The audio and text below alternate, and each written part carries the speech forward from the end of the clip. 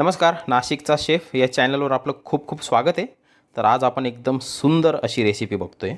तर काय करायचं, आपल्याला 2 किंवा 3 आहे ना असे उकडलेले बटाटे घ्यायचे. त्याची साल काढून घ्यायची.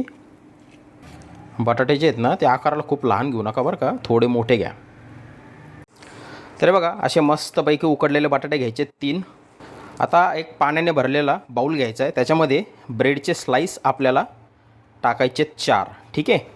त्याला पूर्णपणे ना असं डीप करायचं आहे, हे बघा.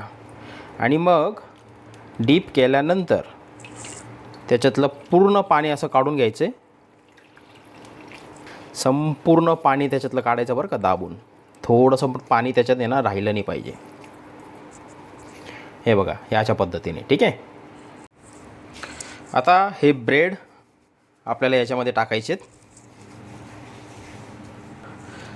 2 मोठे चमचे तांदळाचं पीठ आपल्याला टाकायचं आहे त्याच्यात, 2 ते 2.5. ठीक आहे. 1 चमचा चिली फ्लेक्स आणि 1 चमचा हे थाईम, पार्सले, ऑरिगॅनो असतात, हे इटालियन हर्ब्स, हे आपल्याला त्याच्यात टाकायचं आहे.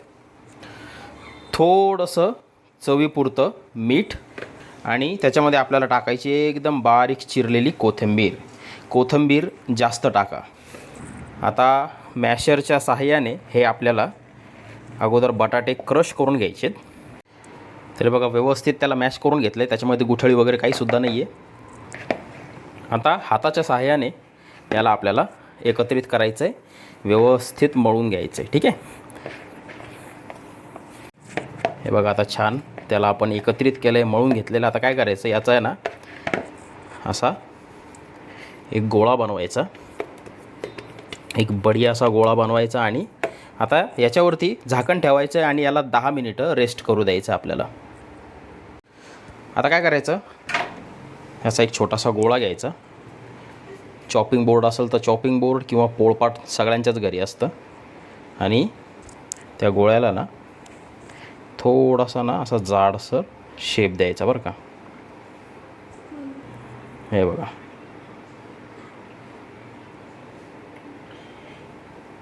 हा असा इतका जाड पाहिजे.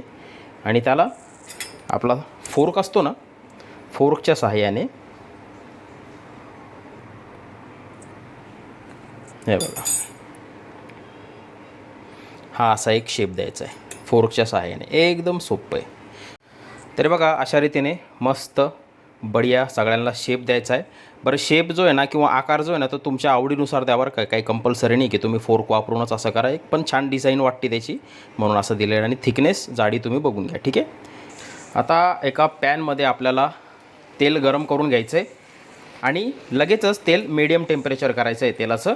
आणि याच्यामध्ये आपल्याला हे छान गोल्डन क्रिस्पी होईपर्यंत फ्राय करून घ्यायचे. ठीक आहे.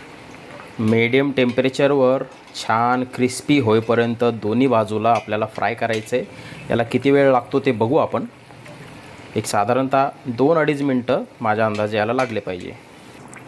तर हे बघा छान गोल्डन मस्त क्रिस्पी झालेले आहेत. एक जवळपास 2.5 मिनटं मीडियम टेम्परेचरवर याला लागलेलं आहे मला. तर अशाच रीतीने आपले सगळेच्या सगळे पोटॅटो चिली शॉट्स करून घ्यायचे. आता याला काढून घ्यायचं आपल्याला एका प्लेटवर. त्याच्यावर टिश्यू पेपर ठेवायचा आहे आणि हे सगळेच्या सगळे हे काढायचे. तर बघा अशा रीतीने मस्त आपले चिली पोटॅटो शॉट्स करून घ्यायचेत. याचा आवाज बघा तुम्ही, तुम्हाला क्रंच ऐकवतो याचा. हे बघा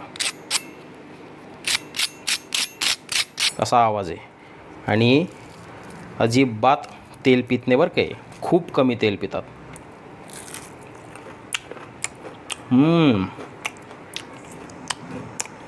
बाप रे बाप. मित्रांनो याला ना मी खरंच सांगतो, तुम्ही ट्राय करून बघा.